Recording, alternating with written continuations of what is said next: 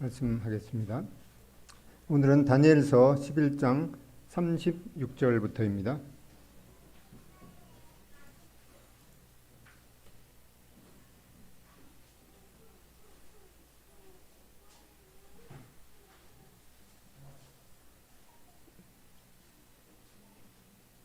앞에 스크린 나옵니까?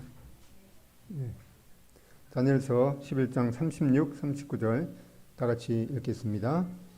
그 왕은 자기 마음대로 행하며 스스로 높여 모든 신보다 크다 하며 비상한 말로 신들의 신을 대적하며 형통하기를 분노하심이 그칠 때까지 하리니 이는 그 작정된 일을 반드시 이룰 것임이라. 그가 모든 것보다 스스로 크다 하고 그의 조상들의 신들과 여자들이 흠모하는 것을 돌아보지 아니하며 어떤 신도 돌아보지 아니하고 그 대신에 강한 신을 공경할 것이요 또 그의 조상들이 알지 못하던 신에게 금은 보석과 보물을 들여 공경할 것이며 그는 이방신을 힘입어 크게 견고한 산성들을 점령할 것이요 무릇 그를 안다 하는 자에게는 영광을 다하여 여러 백성을 다스리게도 하며 그에게서 뇌물을 받고 땅을 나눠 주기도 하리라.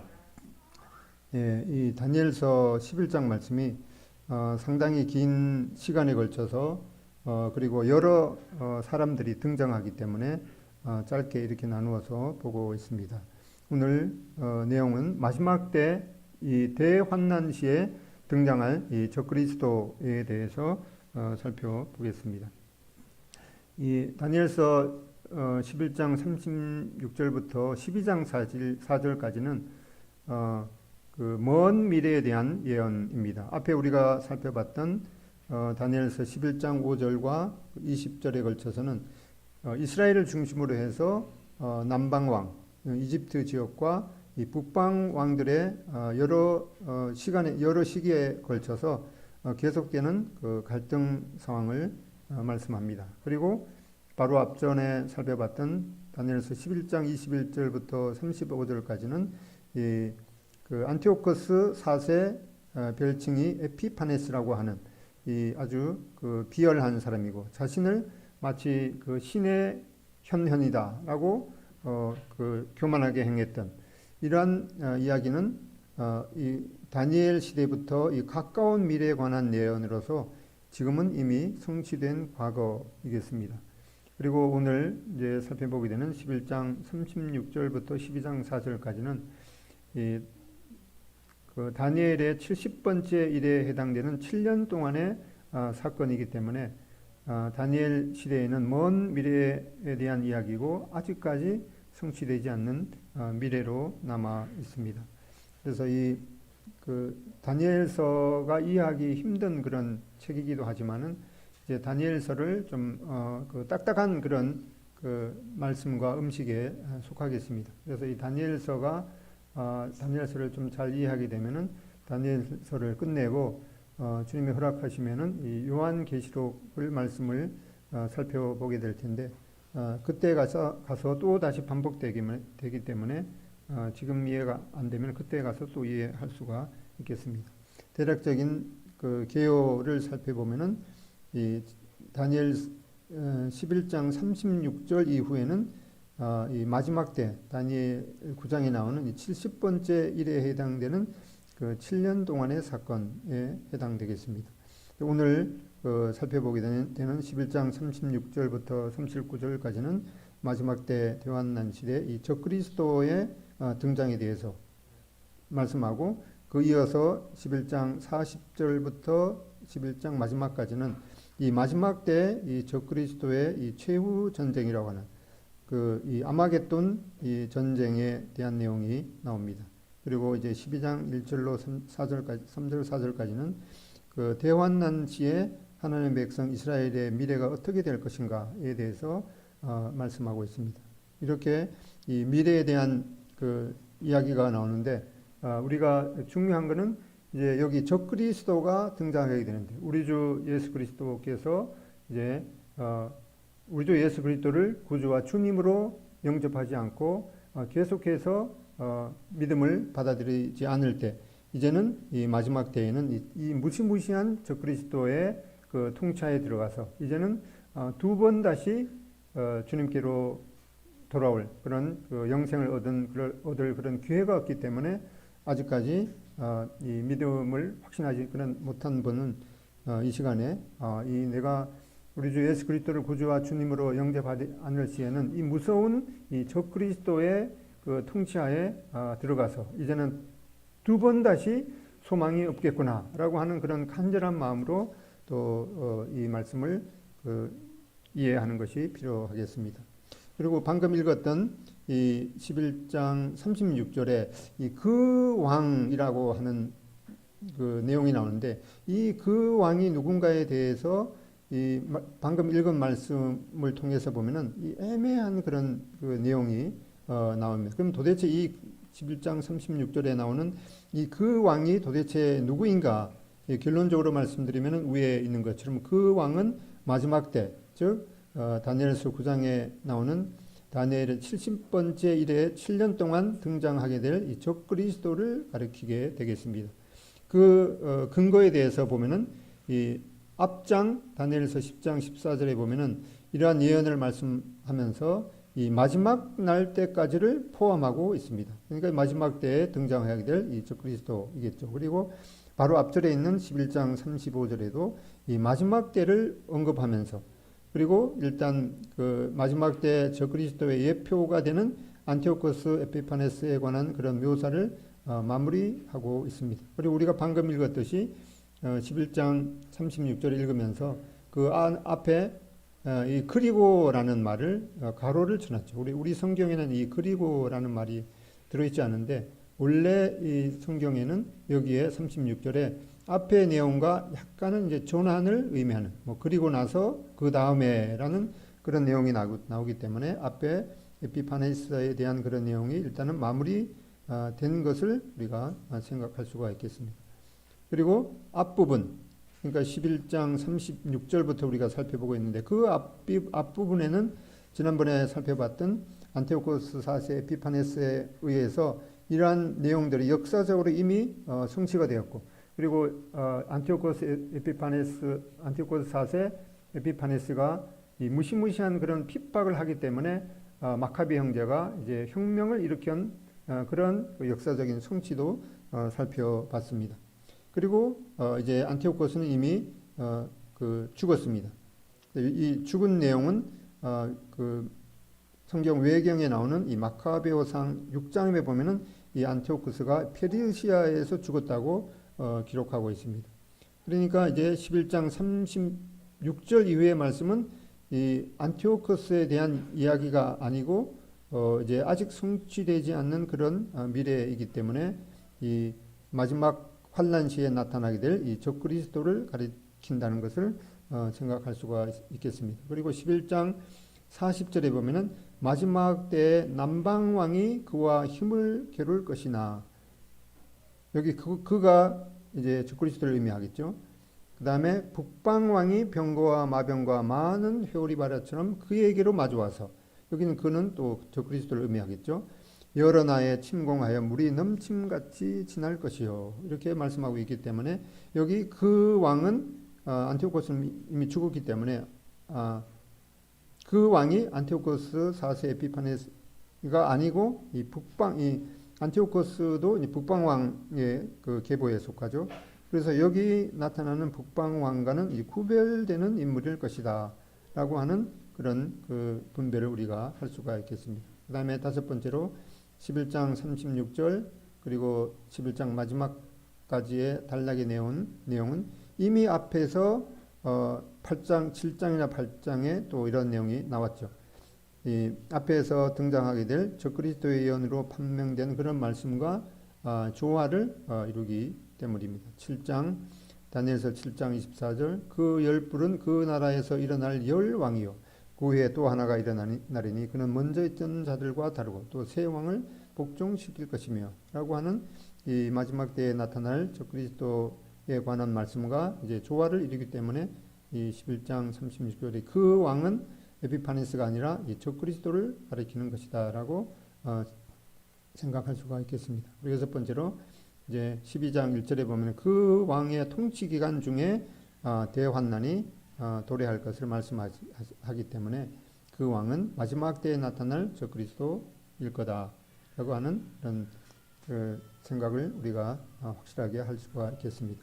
앞에 다니엘서 7장, 8장에 나타난 내용들이 또 반복이 되기 때문에 한번 살펴보는 것이 필요하겠습니다. 이렇게 반복되는 것은 이 말씀을 이해하기가 어렵지만은 우리가 주의해야 할 그런 말씀이기 때문에 이렇게 두 번이 아니라 여러 번 반복되고 있습니다. 다니엘서 7장 7절에 관한 그런 말씀이 나오는데 이거는 지난번에 봤기 때문에 이 말씀에 대해서 천사가 어떻게 해석을 했는가 내용이 다니엘서 7장 19절부터 나오고 있습니다.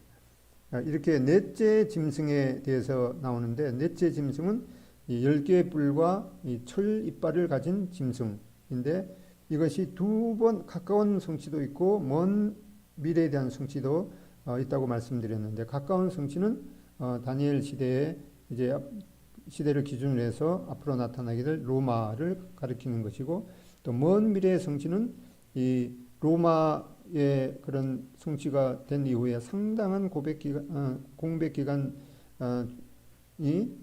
훨씬 더 지나서 이제 그 옛날 그 로마의 그 땅을 배경으로 다시 일어나게 될 그 신흥 로마 제국을 가리키게 되겠습니다.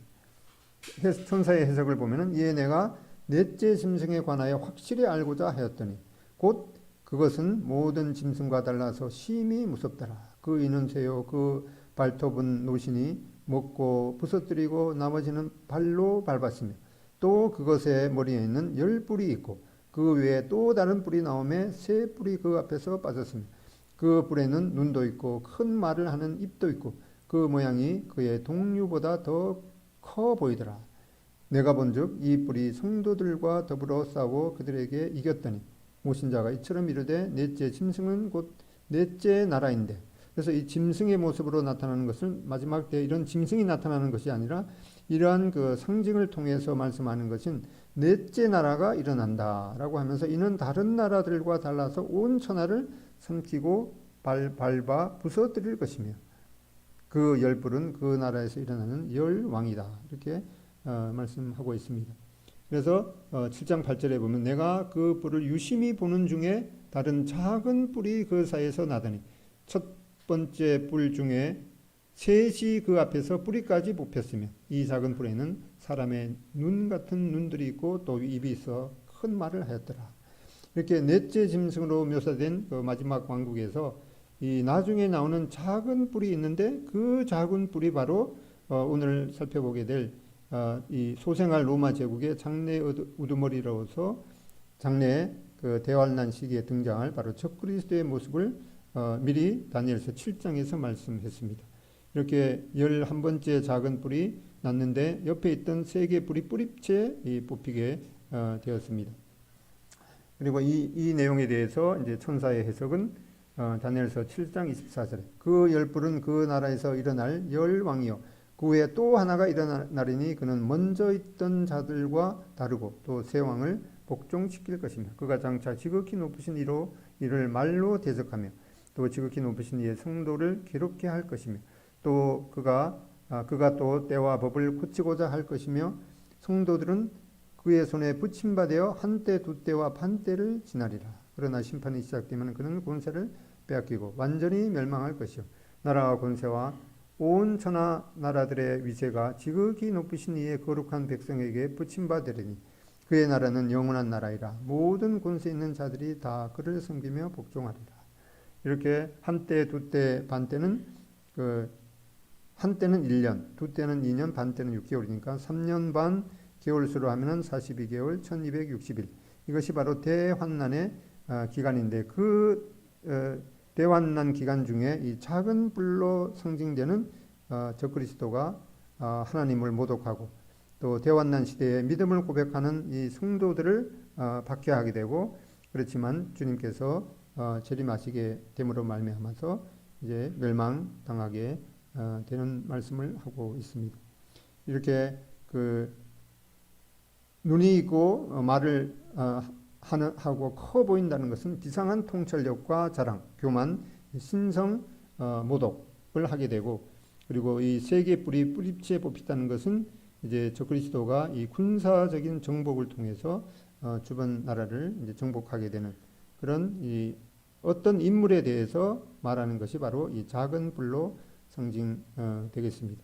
그렇게 해서 열 뿔로 표현되는 네 번째 짐승의 촉이 등장을 하게 되는데, 그리고 이제 작은 뿔로 상징되는 표현되는 최종 모습 사이는 이렇게 오랜 그 기간이 있는데, 이 작은 뿔이 마지막 그 환난 시에 나타날 이 적그리스도를 이르게 되겠습니다. 그리고 앞에 우리가 다니엘서 8장을 통해서 또 이 안티오코스 4세 에피파네스가 이 적그리스도의 모습이 어떠할 것인가에 대해서 한번 앞에서 말씀했습니다. 8장 19절에 보면은 이 환상은 정한 때의 끝에 관한 것이라. 그러면서 이 미래의 정한 때 끝에 나타날 적그리스도의 존재로서 그는 만왕의 왕 그리스도를 대적하게 된다. 또 교활하고 속임수에 능할 것이다. 또 악마의 강력한 힘으로 정복한다. 유장평화를 약속하고 군자에 오른다.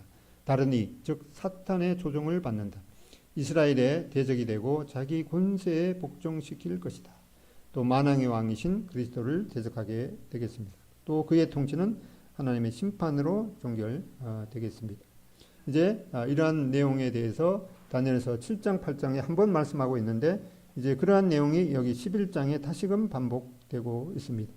앞에 우리가 살펴봤던 8장에서는 적그리스도가 어떤 그 인격을 가질 것인가에 대해서 초점을 맞추고 있고, 또 이제 살펴보게 되는 이 11장에서는 이 적그리스도가 어떤 행위를 할 것인가에 대해서 더 집중하고 있습니다.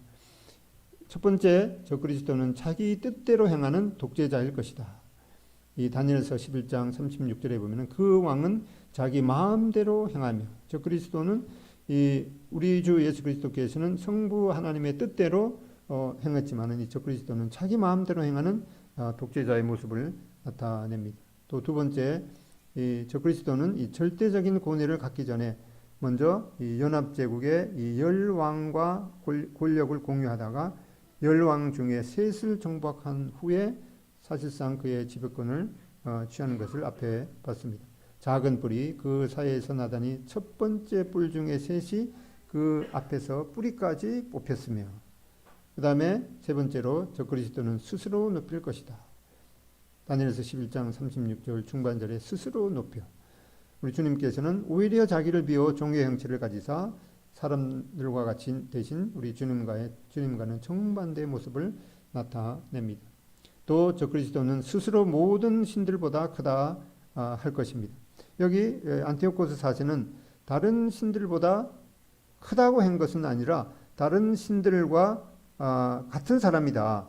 이렇게 자기 그 형상을 새긴 그 동전 뒷면에다가 자기는 자기와 제우스 신을 동일시했던 것을 말씀했기 때문에, 여기 적그리스도는 모든 신들보다 더 크다 하기 때문에 안티오코스 나타냈던 그것보다는 더 이 신성 모독을 하게 됩니다. 스스로 높여 모든 신보다 크다 하며, 이렇게 지극히 높은 자와 비길이라 말했던 이 루시퍼와 같은 그런 교만과 반역의 극치를 보이고 있습니다. 다섯 번째, 적그리스도는 비상한 말로 참되신 하나님을 대적할 것이다. 11장 36절 후반절에 보면은 비상한 말로 신들의 신을 대적하며, 요한계시록 13장 6절에도 이 적그리스도에 대해서 거기에는 이제 짐승으로 다시 나타납니다. 요한계시록 13장 6절에 보면은 짐승, 즉 적그리스도가 입을 벌려 하나님을 향하여 비방하되 그의 이름과 그의 장막 곧 하늘에 사는 자들을 비방하더라. 이 적그리스도로 나타난 이 인물은 오히려 이 하나님을 비방하면서 그 모든 참되신 하나님의 그 말씀에 대해서 대적하는 모습으로 나타나게 됩니다. 그렇지만 이 적그리스도는 이 제한된 기간 동안은 이제 대환난의 3년 반 동안 그 자기 마음대로 행하고 또 형통할 것인데 그 형통은 하나님이 이 허락하시는 그 3년 반 기간이 되겠습니다. 그렇지만 형통하기를 분노하심이 그칠 때까지 하느니 하나님께서는 이 적그리스도가 그렇게 날뛰는 것에 대해서 3년 반이라는 그 기간을 딱 그 한계를 정하셨습니다. 그래서 적그리스도의 무소불위의 권력도 이 하나님의 허락하에 겨우 이 3년 반 동안 그 온갖 그 만행을 저지르면서 하나님을 대적하게 되겠지만은 이 3년 반 때가 되면은 이제 그의 종말이 이르게 되겠습니다. 이 7년의 제위 기간 중 그는 이 열왕이 그에게 준 이 정치 권세를 행사할 것입니다.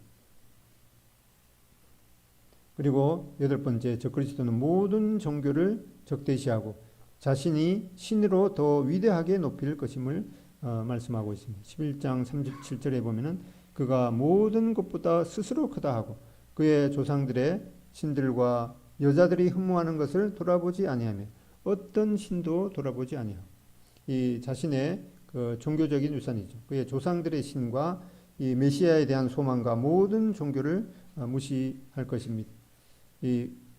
이와 같은 내용이 이제 계시록 13장 4절에 보면은 이 용은 사탄이죠. 용이 짐승, 그는 적그리스도로 나타납니다. 짐승인 적그리스도에게 권세를 주므로 용에게 경배하며 짐승에게 경배하기를 누가 이 짐승과 같으냐, 누가 능히 이와 더불어 싸우리요 하고 이 교만의 극치를 보여줄 것입니다. 9번째, 적그리스도는 군사력을 신봉할 것이다. 11장 38절에 보면은 그 대신에 이 강한 신이라는 말은 이제 요새를 지키는 신이죠. 요새를 지키는 신을 공경할 것이요. 그의 조상들이 알지 못하던 신에게 금, 은, 보석과 보물을 들여 공경할 것입니다. 이것은 이 적그리스도는 전쟁의 신을 숭배할 것입니다. 군사적 목적을 위해서 모든 재정을 투자하며 여러 나라를 점령할 것이다. 지금도 보면은 그 러시아나 중국 이런 나라, 북한 이런 나라를 보면은 이 그 무기를 위해서 뭐 이 백성들이 굶든 말든 온갖 것을 그 자원을 거기다가 투자하면서 이제 여러 나라를 점령할 그런 모습들을 이제 보여주고 있습니다. 그다음에 10번째, 적그리스도는 외세의 힘에 대항해서 전쟁을 불사할 것이다. 11장 39절, 그는 이방신을 힘입어 크게 견고한 산성들을 점령할 것이다. 그다음에 11번째, 적그리스도는 이방신을 섬기는 사람들을 용병으로 쓸 것이다. 11장 39절에 그는 이방신을 힘입어 크게 견고한 산성들을 점령할 것이다. 그 다음에 12번째, 적그리스도는 자기에게 복종하는 자들에게 정복한 영토를 상급으로 분배해 줄 것이다. 11장 39절에 무릇 그를 안다 하는 자에게는 영광을 더하여 여러 백성을 다스리게도 하며 그에게서 뇌물을 받고 땅을 나눠 주기도 하리라. 그래서 이 적그리스도가 온 그 무소불위의 권력으로 이 권력을 휘두르면서 그 군사적인 정복을 통해서 그 취한 땅을 자기에게 복종하는 자들에게 나눠 주게 된다고 말씀하고 있습니다. 이렇게 이 적그리스도는 이 전조가 이 북방 왕인 안티오코스 4세 에피파네스를 통해서 앞부분에 나타났습니다. 그리고 이 마지막 때에 나타날 이 적그리스도도 바로 안티오코스 4세 에피파네스가 이 이스라엘을 중심으로 해서 북방 왕의 계통에서 나오듯이 이 적그리스도도 이 북방 왕의 계통과 관계가 있을 것입니다. 또 적그리스도는 다니엘서 7장에 나오는 이 넷째 짐승의 그 작은 뿔로 상징이 되었습니다. 이는 마지막 때에 볼하게 될 이 그 로마 제국에서 그 로마 제국의 우두머리로 나타나서 주변 나라들을 이제 군사적인 정복으로 정복할 것을 다니엘서 7장에서 말씀했습니다. 그리고 이 북방왕 지역도 과거 이 로마 제국의 영토에 속해 있기 때문에 이 적그리스도의 계통은 이 북방왕과 또 옛 로마 지역의 기반과 이 상호 관련이 있을 것을 우리가 알 수가 있겠습니다. 이렇게 적그리스도에 대해서 다니엘서에서 말씀하는 것이 이제 요한계시록 13장에 다시 반복해서 나옵니다. 요한계시록 13장 1절 2절을 보면은 여기도 그리고 내가 보니 바다에서 한 짐승이 나오는데 뿔이 10이요 머리가 7이라 그 뿔에는 10 왕관이 있고 그 머리들에는 신성모동하는 이름들이 있더라. 내가 본 짐승은 표범과 비슷하고 그 발은 곰의 발 같고 그 입은 사자의 입 같은데 용이 자기의 능력과 보좌와 큰 권세를 그에게 주었더라. 이렇게 마지막 때에 나타나게 될 이 적그리스도가 어떤 계통에서 나올 것인가에 대해서 다니엘서에서 말씀한 그 내용을 이제 반복해서 하고 있습니다.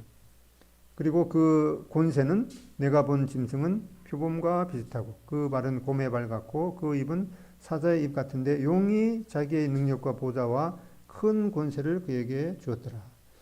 이렇게 해서 마지막 때 이 바다에서 나오는 짐승, 이 바다에서 나오는 짐승은 이제 그 부활 로마 제국이 지내게 될 그 특징을 말씀하고 있는데 그 10 왕관을 썼다라고 말씀하고 있습니다. 이것은 이제 그 용, 그 사단이 짐승에게 준 이 강력한 통치권을 지는 이 제국으로 나타나게 될 것입니다. 그 제국은 표범처럼 정복에 신속하고 이 곰처럼 강력하고 이 사자처럼 이 탐욕스러운 그런 그 국가의 우두머리로 나타나게 될 사람이 바로 이 적그리스도의 모습이겠습니다.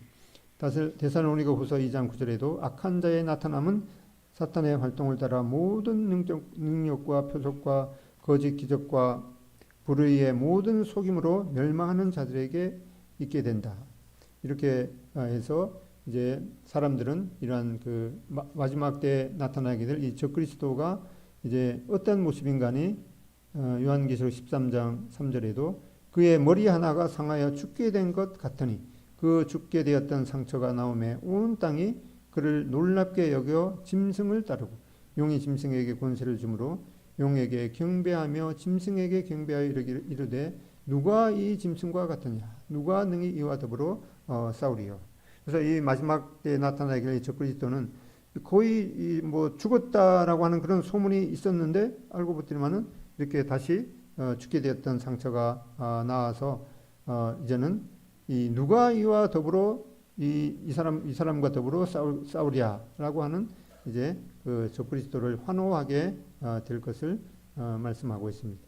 여기에 파란 그 밑줄 친 걸 보면 이는 이 마지막 때에 나타나게 될 적그리스도는 짐승의 그런 상징으로 나타나지만은 이 머리들 중에 하나로 마지막 제국의 머리가 되는 어떤 한 이 사람이 이렇게 그 짐승의 그 모습으로 상징되는 이러한 모습으로 나타나게 될 것이다라고 하는 말씀입니다.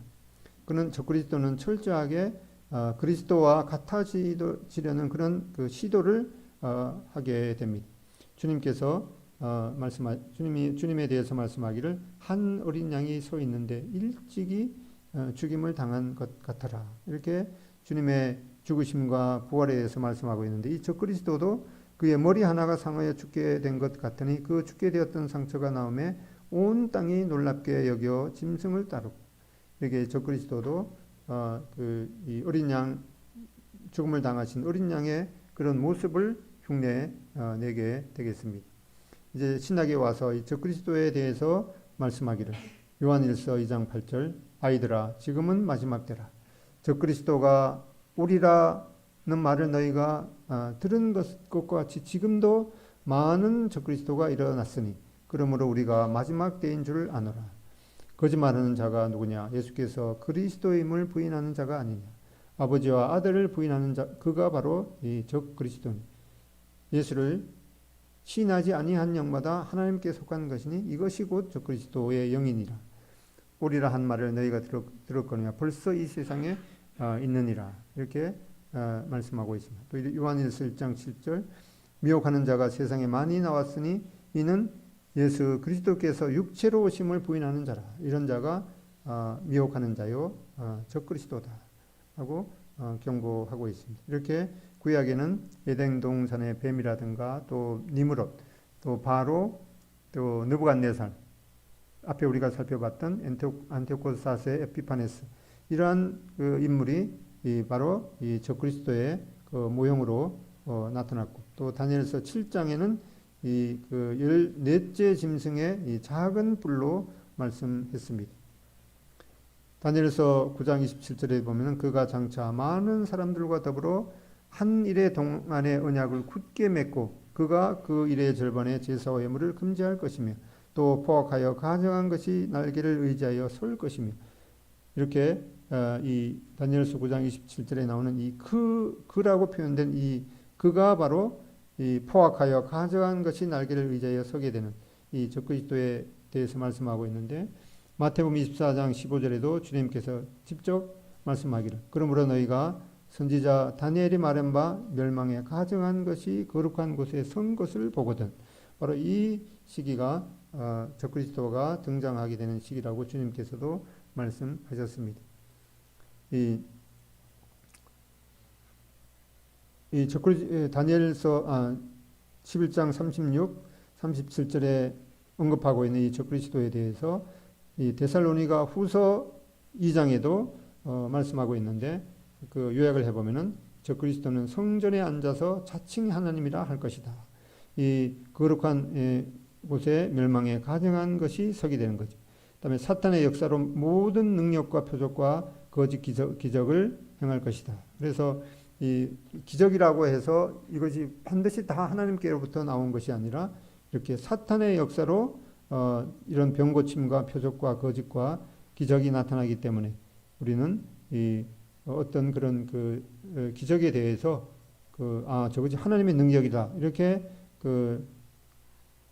아무 생각 없이 믿는 것은 위험한 일이 되겠습니다. 그리고 비상한 말로 모든 신들을 대적하게 될 것이다.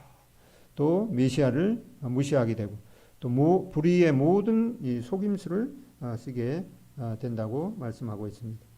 데살로니가 후서 2장 1절로 8절, 글씨가 안 보이시면 성경을 찾으셔서 읽겠습니다. 데살로니가 후서 2장 1절 8절입니다. 앞에 스크린 안 보이시면 성경 찾으시겠습니다.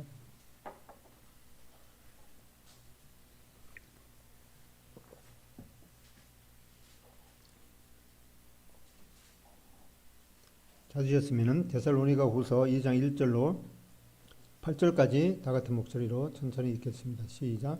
형제들아, 우리가 너희에게 구하는 것은 우리 주 예수 그리스도의 강림하심과 우리가 그 앞에 모임에 관하여 영으로나 또는 말로나 또는 우리에게서 받았다 하는 편지로나 주의 날이 이르렀다고 해서 쉽게 마음이 흔들리거나 두려워하거나 하지 말아야 한다는 것이라. 누가 어떻게 하여도 너희가 미혹되지 말라. 먼저 배교하는 일이 있고 저 불법의 사람 곧 멸망의 아들이 나타나기 전에는 그 날이 이르지 아니하리니 그는 대적하는 자라. 신이라고 불리는 모든 것과 숭배함을 받는 것에 대항하여 그 위에 자기를 높이고 하나님의 성전에 앉아 자기를 하나님이라고 내세우느니라. 내가 너희와 함께 있을 때 이 일을 너희에게 말한 것을 기억하지 못하느냐. 너희는 지금 그로 하여금 그의 때에 나타나게 하려 하여 막는 것이 있는 것을 아나니 불법의 비밀이 이미 활동하였으나 지금은 그것을 막는 자가 있어 그 중에서 옮겨질 때까지 하리라. 그때 불법한 자가 나타나리니 주 예수께서 그 입의 기운으로 죽이시고 배하시리라. 예, 그래서 여기 보면은 이제 그 주님께서 십자가에 못 박히셨다가 이제 3일 만에 부활해서 승천하셨습니다. 그리고 지금 이제 교회 시대에 있는데 이제 여기 말씀하는 것처럼 이제 우리가 그 앞에 모임에 관하여 우리 성도들이 주님 앞에 모이는 것이 바로 주님께서 공중에 오실 때 우리가 휴거되어서 주님과 함께 있는 것입니다. 이때 이제 불법의 아들, 멸망의 아들이 나타나게 되겠습니다. 그렇게 해서 이제 이 땅에 그 7년의 환란 기간이 있게 되는데 이제 여기 4절 2장 4절에 보면은 저가는 이제 적그리스도죠. 적그리스도가 성전에 앉아서 자칭 하나님이라 할 것이다. 이것은 바로 이제 불법한 자가 나타나는 것인데, 이 주님께서 말씀하시기를 거룩한 곳에 멸망에 가증한 것이 서게 되는 그 기점으로 해서 이제 그 7년 환난기에 후 3년 반에 그 대환난이 있게 되겠습니다. 그런데 데살로니가 후서 2장 8절에 영광 중에 주님께서 나타나시게 되는 이 재림으로 말미암아서 주님께서 적그리스도를 죽이시고 강림하시게 될 것이다. 이렇게 말씀하고 있습니다. 이렇게 이 적그리스도는 그의 무소불위의 권력 기간이 이 3년 반 허락되지만은 주님께서 저를 죽이시고 강림하셔서 이 땅에 이제 그 평화의 이 천년 그 통치를 이루시고 이제 그 영원으로 이어지게 되겠습니다. 이 디도서 2장 13절에 보면은 우리의 복스러운 소망과 우리의 크신 하나님 구주 예수 그리스도의 나타나심을 기다리게 하셨습니다. 우리 그리스도인에게 있어서 이 복스러운 소망 중에 소망은 주님께서 우리를 데리러 오실 때 우리가 이 썩지 않을 몸이 이 영광스러운 몸으로 변화되어서 우리가 주님 앞에 모이게 되겠고, 또 그리하여 우리가 항상 주님과 함께 있게 되는 이 복스러운 소망이 바로 우리가 주님이 공중에 오실 때 휴거되는 그런 이 놀라운 소망의 사건입니다. 그리고 우리의 크신 하나님 구주 예수 그리스도의 영광이 나타나심을 기다리게 하셨다. 이것은 바로 주님께서 우리 믿는 성도들과 함께 이제 이 땅에 재림하시게 될 이러한 소망에 대해서 이 디도서 2장 13절 이 짧은 말씀에 이 휴거의 소망에 대한 내용과 주님의 그 이 땅의 영광스러운 재림에 대한 그 두 사건이 동시에 기록이 되어 있습니다. 그래서 우리는 이제 주님께서 공중에 다시 오실 때 이 영광스러운 몸으로 변화될 그런 복스러운 소망을 가지고 있는가? 또 이러한 복스러운 소망을 내 이웃, 내 가족, 내 자녀, 나의 부모님이 아직 이러한 소망을 가지고 있지 못한 사람이 있지 않은가에 대해서 정말 심각하게 생각할 필요가 있겠습니다. 우리 믿는 그리스도인에 있어서는 이거보다도 복스러운 소망이 없다는 것을 생각하면서 이 땅에 자질구레한 그런 그 크고 작은 그런 그 고난도 이때가 되면 모든 것이 이제 끝나고 우리가 지금 겪고 있는 이러한 그 고난도 누가 말했듯이 이 또한 지나가리라 라고 하면서 주님의 이 복스러운 우리를 데리러 오실 그런 복스러운 소망에 대해서 이 소망이 정말 얼마나 놀라운 것인가, 얼마나 엄청난 것인가, 뭐 로또에 당첨된 것보다는 비교될 수 없을 만큼 그런 이 복스러운 소망이 우리에게 놓여 있다라고 하면서 이 땅의 그 고난을 견딜 그런 힘을 가질 수가 있겠습니다. 그리고 오늘 이 말씀을 통해서 마지막 때에 이 적그리스도가 어떤 그 음모와 어떤 일을 저지를 것에 대해서 자세히 이렇게 나오고 있습니다. 이 운수 마귀의 이 장래의 음모를 아는 것도 중요한데, 하지만 우리의 1차적인 책임은 오늘 이미 우리 가운데 적그리스도가 활동하고 있다라고 하는 그 요한일서의 경고를 통해서 우리가 할 일은 오늘 깨어서 바로 우리를 수시로 무너뜨리려고 하는 이 사단의 그런 계략을 하나님의 말씀으로 대적하는 것이 오늘 우리가 할 그런 1차적인 책임이겠습니다. 야고보서 4장 7, 8절 그런즉 너희는 하나님께 복종할지어다. 마귀를 대적하라. 그리하면 너희를 피하리라. 하나님을 가까이하라. 그리하면 너희를 가까이 하시리라. 죄인들아 손을 깨끗이 하라. 이게 이제 코로나 시대에 그 아주 순종해야 될 그런 말씀입니다. 죄인들아 손을 깨끗이 하라. 두 마음을 품은 자들아 마음을 성결케 하라. 이 말씀을 우리 마음 가운데 새기고 우리에게 놓여 있는 이 복스러운 소망이 얼마나 엄청난 것인가. 또 이러한 그 놀라운 소망에 대항해서 지금 이 사단의 계략이 얼마나 또 그 악한 것인가를 생각하면서 지금 오늘 우리가 이 사단의 계략을 하나님의 말씀으로 대적하는 그런 그 마음을 우리 마음 가운데 잘 간직하는 것이 필요하겠습니다. 기도하겠습니다. 아버지 하나님께서는 참 영원 전부터 또 영원까지 하나님이시며 또 유일하신 신 중의 신이며 또 만왕의 왕이시며 또 주님 중에 이 최고의 주님이신 것을 고백을 드립니다. 하나님께서 먼 미래에 대한 이 사건도 오늘처럼 오늘 일어나는 것처럼 보시고 또 저희들에게 이 먼 미래에 이 하나님을 대적하는 그런 그 활동들이 얼마나 극에 달할 것인가를 보여주시고 또 지금도 이런 그 사단의 계략이 우리의 생각 가운데 또 우리의 그 가정 가운데 우리의 삶 가운데 하나님을 멀리하게 하는 그런 그렇게 작용하는 것을 저희들이 명심하고 오늘 우리가 참 이 사단의 그 계략을 대항해서 하나님의 말씀으로 대항할 수 있도록 인도하시기를 원합니다. 또한 이 참 엄청난 그런 그 복스러운 소망에 대해서 참 그 감사할 수 있는 그런 마음을 가지도록 인도하시고 또 아직도 이 놀라운 엄청난 이 복스러운 소망을 가지지 못한 그런 가족과 이웃과 또 친구들에게 이 참 놀라운 그 소식을 전하는 담대히 전하는 저희들이 되도록 인도하시기를 원합니다. 예수님의 존귀하신 이름으로 기도드립니다. 아멘.